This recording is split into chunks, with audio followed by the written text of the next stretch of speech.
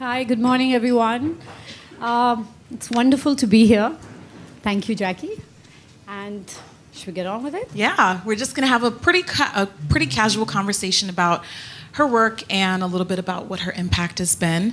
So I'll go right into my first question. You're a celebrated Bollywood actress, and you're also the owner of a cricket team. So tell me what that transition has been like, going from actress to businesswoman, because they're kind of two totally separate things. Tell me what that journey was like for you.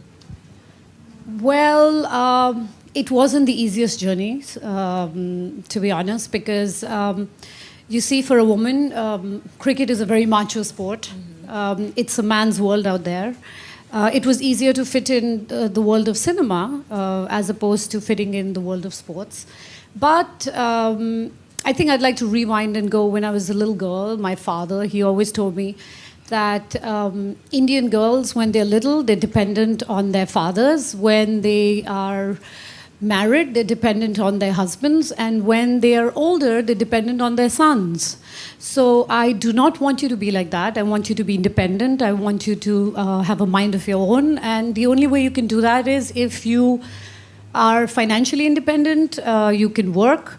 So I always had that mindset that I wanted to work, and it didn't matter if whatever your field is. Like, I studied criminal psychology and I became an actor. So life is very spontaneous. It's not like you make plans and you say, okay, I want to do this, but you end up doing something else. So I didn't think when I was acting I would ever get into the world of sport. But one day I found an opportunity, and I decided I wanted to do it. It was not the easiest, but it was a lot of fun. I worked 18-hour days. Sheesh. And eventually, when I look back, and I think if it isn't tough, if there isn't a challenge for you in life, then it's not that exciting. You know, when things just fall easily into your lap, I guess you don't appreciate them. So it's been a bit of an uphill journey, but it's been a fun journey.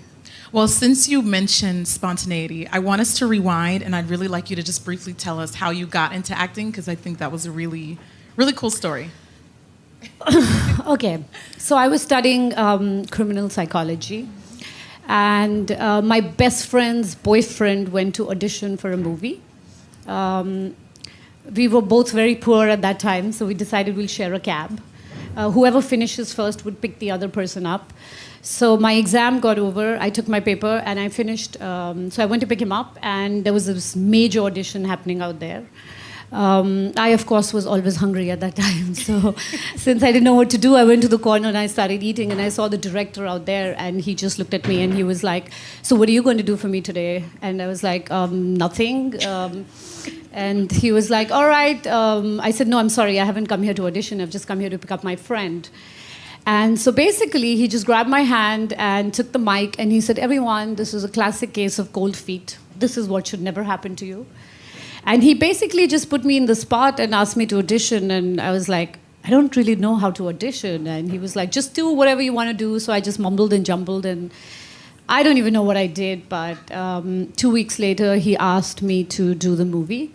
And I was on my way to Munich. And I thought, instead of me sharing a room with someone, if I do this film, I can have my own room when I study further. So it was as simple as that. I just signed on that film. And I became an actor. Awesome. I mean, the film never happened, but he did this big interview as to how I would be this big star. And other people came to sign me on.